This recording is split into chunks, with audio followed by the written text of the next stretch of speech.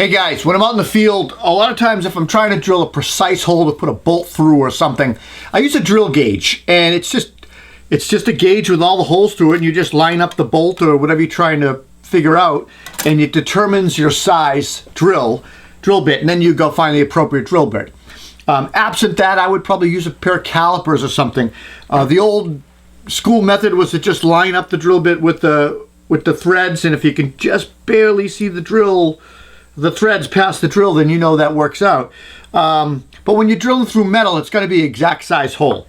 So I was out in the field the other day. I didn't have calipers. I didn't have my gauge. So I used a crescent wrench. And basically, you just chuck this onto the bolt that you're trying to figure out the drill bit size, and then go find the appropriate drill bit that fits.